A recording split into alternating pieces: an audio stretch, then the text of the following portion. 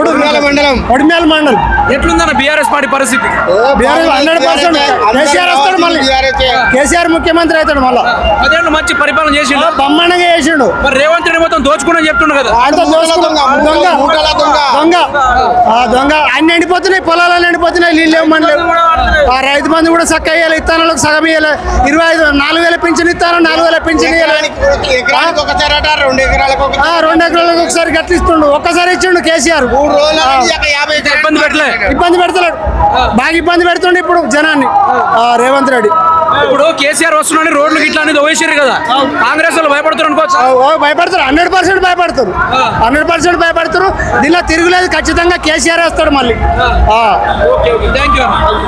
తెలంగాణ జై కేసీఆర్.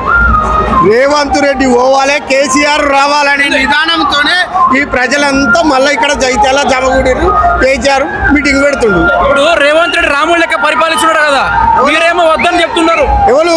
రేవంత్ రెడ్డి. ఆ సోనియా గాంధీకి, రాహుల్ గాంధీకి ముల్లెలు పట్టకపోవడానికే, వాడు తెలంగాణకి ఏమి చేయడానికి రాలే, ముల్లెలు మోసడానికి వచ్చిండు. వాడు ముఠా దొంగ, తెలంగాణకి ఏమి చేయడు వాడు.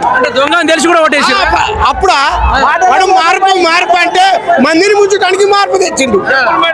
దొంగ వాడు మళ్ళీ ఎమ్మెల్యేకే గెలవాడు అంతే. ఇంత ముఖ్యమంత్రి తొక్కుకుంటూ వస్తున్నాడు, వీడు ఉన్నాడు జానుడు, వాడే తొక్కుకుంటూ వస్తున్నాడు. ఒక్కొక్కటి 5 ఫీట్లు ఉన్నాడు, ఒక్కసారి తొక్కితే పాతాళలోకం పోతున్నాడు అంతే. వాళ్ళతో వాడిని తీసి భారతం కూడా అంతే. ఇంకా 6 నెలల్లో చూద్దాం, కాంగ్రెస్ ఎమ్మెల్యేలు చూద్దాం, మనసులో పడతలేదు వాళ్ళకు.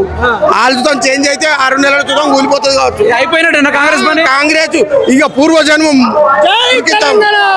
కాంగ్రెస్ అని పేరు ఎత్తేటోడు ఉండడు.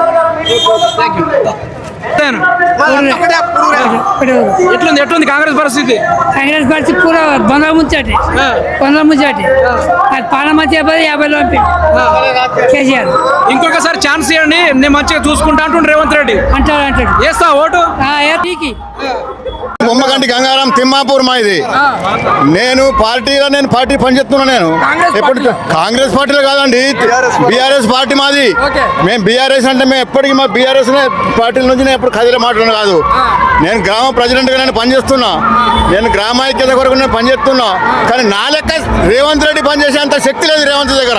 ఆయన సీఎం అయ్యి కూడా ఏం పనిచేసేంత శక్తి లేదు. మంచి చేస్తున్నా, మంచి పరిపాలన అందిస్తున్నట్టుగా మాట్లాడుతూ ఉన్నాడు కదా. మంచి పరిపాలన ఎక్కడదండి? రేవంత్ పాలన మంచి పాలన అని ఎవరన్నారు? అంత అబద్ధం ముచ్చట, బూటకం, అంత నాటకం అది. ఏమైనా జనాలే నేను చేసిన అభివృద్ధికి జనాలే నాకు ఓట్లు వేస్తారు అన్నాడు.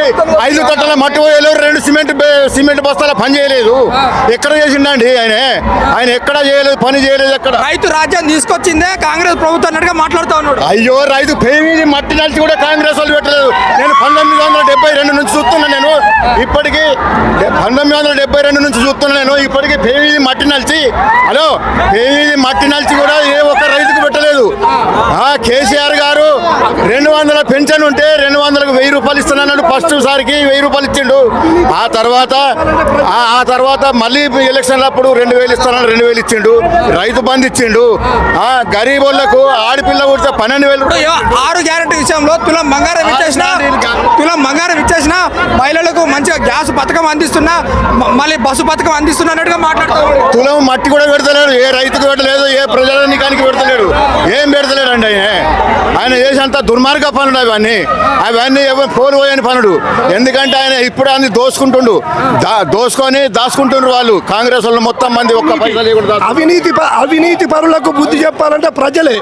ఇక ఈ నియోజకవర్గంలో కేసీఆర్తో గెలిచినటువంటి మన సంజయ్ కుమార్ ఎమ్మెల్యే, ఆయన ఇదేని చూసి ముఖ్యమంత్రి దాంట్లోకి పోయిండు. అది పెద్ద తప్పు. ఒక పార్టీలో పుట్టి, ఒక తల్లికి పుట్టి ఇంకో తల్లి పేరు చెప్పుకున్నాడు సంజయ్ కుమార్. అటువంటి వాడిని మన ముఖ్యమంత్రి రేవంత్ రెడ్డి ఎందుకు తీసుకున్నాడు? ఇక్కడ స్థానికమైనటువంటి ఎమ్మెల్యే 50 సంవత్సరాల లోపల నుండి జీవన్ రెడ్డి ఇక్కడ చేస్తున్నాడు. కానీ ఆ పార్టీకి రాజీనామా పెట్టి అతను తీసుకుని ఉండే కాబట్టి ఇది అన్యాయమైనటువంటి పాలన కాబట్టి తప్పకుండా ప్రజలు బుద్ధి చెప్పాలి రేవంత్ రెడ్డికి. ఈ తప్పంతా రేవంత్ రెడ్డిదే, వేరే కాదు. ఇప్పుడు జనాలు బుద్ధి చెప్పడానికి రెడీగా ఉన్నారా రేవంత్ రెడ్డికి? 100%, 99% కాదు, 100% గ్యారంటీగా రేపు వచ్చే రెడ్డి ఈ జనాభా చూస్తుంటే రేవంత్ రెడ్డికి బరాబరి బుద్ధి వస్తుంది. మళ్ళీ జీవితంలో రేవంత్ రెడ్డి మళ్ళీ రాడిగా కాంగ్రెస్ గవర్నమెంట్ ఇంకా 10 కాదు 15 కూడా గవర్నమెంట్ రాదు. ఇది మాత్రం ఛాలెంజ్ ఇది.